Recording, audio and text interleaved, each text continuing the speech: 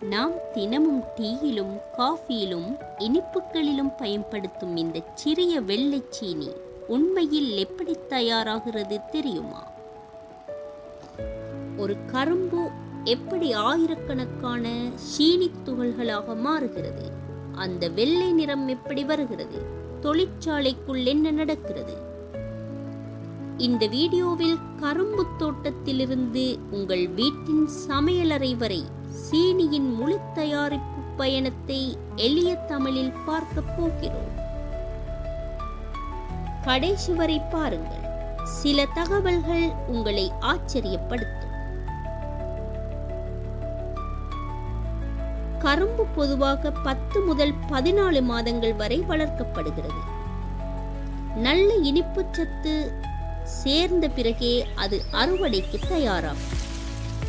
விவசாயிகள் கரும்பை வெட்டி அதன் இலைகளை நீக்கி பெரிய கட்டுகளாக சேகரிக்கிறார்கள். அதன் பிறகு லாரிகளில் ஏற்றி நேராக சீனி ஆலைக்கு அனுப்பப்படுகிறது. சீனியின் தரம் கரும்பின் தரத்திலிருந்தே தொடங்குகிறது. ஆலைக்கு வந்த கரும்பு முதலில் எடை போடப்படுகிறது. ஒவ்வொரு லாரியும் கணினி மூலம் பதிவு செய்யப்படுகிறது. பிறகு கரும்பு கன்வேயர் பெல்ட்டில் ஏற்றப்பட்டு அடுத்த கட்டத்துக்கு செல்கிறது. கரும்புடன் மண், தூசி, இலைகள் போன்றவை வந்திருக்கும். அவற்றை அகற்ற சக்தி வாய்ந்த நீர்த்தாரைகள் பயன்படுத்தப்படுகின்றன. சுத்தமான கரும்பு மட்டுமே அடுத்த கட்டத்துக்கு அனுப்பப்படுகிறது.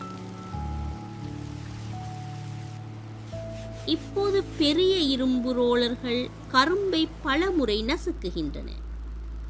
இதனால் கரும்பின் இனிப்பான சாறு முழுவதும் வெளியேறுகிறது. மீதமிருக்கும் கரும்பு சக்கை வீணாகாது. அது தொழிற்சாலையிலேயே எரிபொருளாக பயன்படுத்தப்படுகிறது. இப்போது கிடைத்த சாற்றில் சிறிய மண் துகள்கள் மற்றும் தேவையற்ற பொருட்கள் இருக்கும்.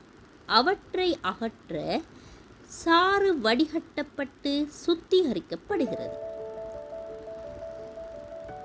ஏனெனில் இதுவே இறுதிச் சீனியின் தரத்தை தீர்மானிக்கிறது. சுத்தமான சாறு பெரிய வெற்றிட கொதிகலன்களில் சூடாக்கப்படுகிறது. அதில் உள்ள தண்ணீர் மெதுவாக ஆவியாகி சாறு மேலும் மேலும் கட்டியாகிறது. இறுதியில் அது அடர்த்தியான பாகு போன்ற நிலையை அடைகிறது. ஒரு சின்ன வேண்டுகோள், இதுவரை வீடியோ உங்களுக்கு பயனுள்ளதாக இருந்தால் ஒரு லைக் செய்யுங்கள். இது போன்ற சுவாரஸ்யமான தொழிற்சாலை வீடியோக்களை தொடர்ந்து பார்க்க சப்ஸ்கிரைப் செய்து பெல்லையும் அழுத்துங்கள். இப்போது மீண்டும் தயாரிப்பு பயணத்தை தொடரலாம். சீனி படிகங்கள் உருவாகுது. அடர்த்தியான பாகு சிறப்பு இயந்திரங்களுக்கு அனுப்பப்படுகிறது.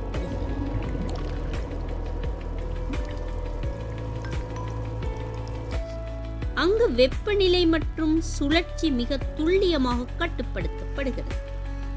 மெல்ல மெல்ல சிறிய சீனி படிகங்கள் உருவாக ஆரம்பிக்கின்றன.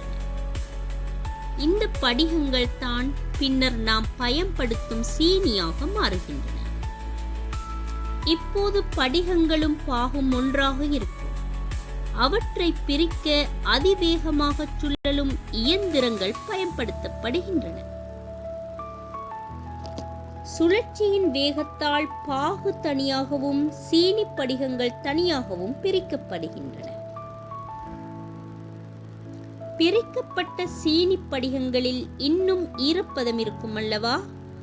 அவை சூடான காற்றில் உலர்த்தப்படுகின்றன.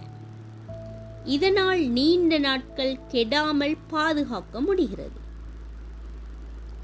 ஒவ்வொரு தொகுதியும் ஆய்வகத்தில் பரிசோதிக்கப்படுகிறது. நிறம் சரியாக இருக்கிறதா? தூய்மை சரியா? ஈரப்பதம் குறைவா? அனைத்தும் சரியாக இருந்தால்தான் அடுத்த கட்டத்துக்கு அனுப்பப்படும். தானியங்கி இயந்திரங்கள் குறிப்பிட்ட எடையில் சீனியை நிரப்புகின்றன.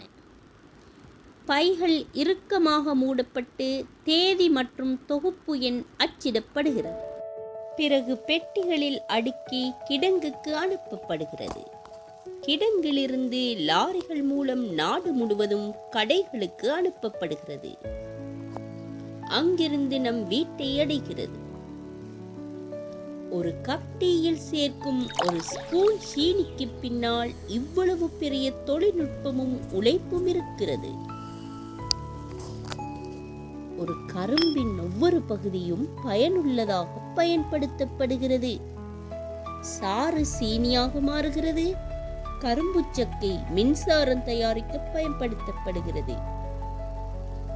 சில பகுதிகளில் காகிதம் மற்றும் பிற பொருட்கள் தயாரிக்கவும் பயன்படுகின்றன. அதனால் சீனி தொழிற்துறை மிகவும் பயனுள்ள தொழில்களில் ஒன்றாக கருதப்படுகிறது.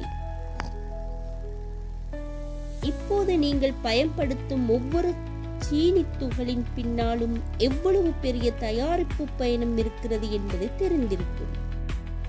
இந்த வீடியோ உங்களுக்கு பிடித்திருந்தால் லைக் செய்யுங்கள் மற்றும் உங்கள் நண்பர்களுடனும் ஷேர் பண்ணிக்கொள்ளுங்கள். அடுத்ததாக எந்த பொருள் எப்படி தயாரிக்கப்படுகிறது என்பதை பார்க்க விரும்புகிறீர்கள் என்பதை கமெண்டில் எழுதுங்கள். உங்கள் கருத்துக்களில் அதிகம் வரும் பொருளை பற்றிய வீடியோவை அடுத்ததாக உருவாக்குகிறோம்.